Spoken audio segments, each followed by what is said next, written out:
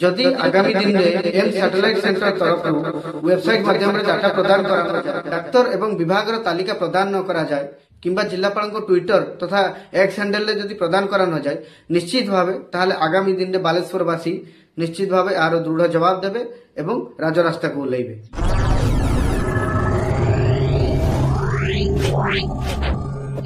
समस्त को नमस्कार, जय जगन्नाथ। आमे जानिचे भुवनेश्वर एम्स परे जदि बालेश्वर गोटे सैटेलाइट सेंटर एम्स खोला जाइछि दीर्घ 3 वर्ष हेबो सेठारे रोगी माने ओपीडी सेवा पाउछंती। किंतु जदि आमे देखिबा एभलिया एक दुर्भाग्यर कथा, चलित मास जून 6 एवं 7 तारिख शुक्रवार शनिवार तीनोटी विभाग न्यूरोलॉजी, एंडोक्राइनोलॉजी एवं ऑप्थोमोलॉजी तीनोटी विभाग रो डॉक्टर देखिबे बोली एक विज्ञप्ति प्रकाश पाइथिला, जहा फल रोगी माने आसी ओपीडी रे सेवा नैथिले। एवं जून 7 तारिख आपण ये फोटो को भल भाव देखि पारुथुबे, जून 6 तारिख एवं जून 7 तारिख जो नोटिफिकेशन बाहरी थिला किंतु ईद उल जुहा पर्व पई आउ एक नोटिस बाहर करचंती एम्स कर्तृपक्ष तरफ एवं आजिर दिनर जो ओपीडी सेवा को मध्य सेमाने बंद करचंती। कथाटी सेठी नुहे, कथा एइथि पई मु एटी प्रसंग उठेइली जे जतेबेले शह शह रोगी दूर दूरांतरु भद्रक जाजपुर पाख वेस्ट बंगाल आसिकी रोगी माने अपेक्षा करचंती।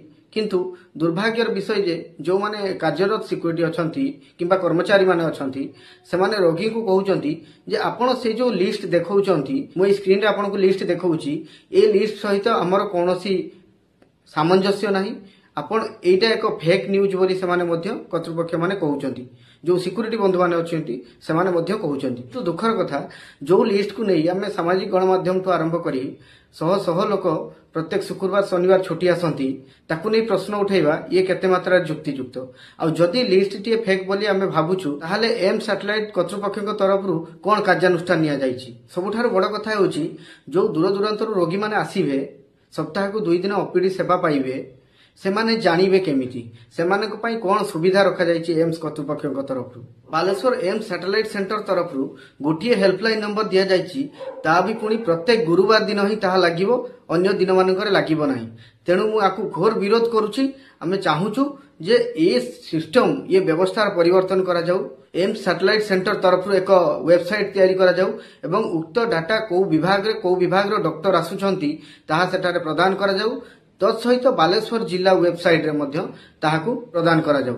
स्वास्थ्य सेवा को गुरुत्व देवा पई जदि एहाकू व्यवस्था करा जाए ताहाले निश्चित भावे आगामी दिन रे आजि भलिया परिस्थिति घटिबो नाही बोली मु आशा करूछि।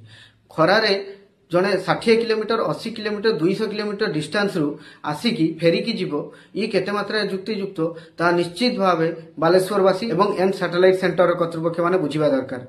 तो निश्चित भावे मु सेही कथा कहिया पई चाहूची, जदि आगामी दिन रे एम सैटेलाइट सेंटर तरफ वेबसाइट माध्यम रे डाटा प्रदान करा न जाए, डाक्तर एवं विभाग तालिका प्रदान न करा जाए किंबा जिलापाल ट्विटर तथा एक्स हैंडल रे जदि प्रदान करा न जाए निश्चित भावे ताहले आगामी दिन रे बालेश्वरवासी निश्चित भावे यार दृढ़ जवाब देवे एवं राजरास्ता को ओह्लैबे। रहिली, नमस्कार।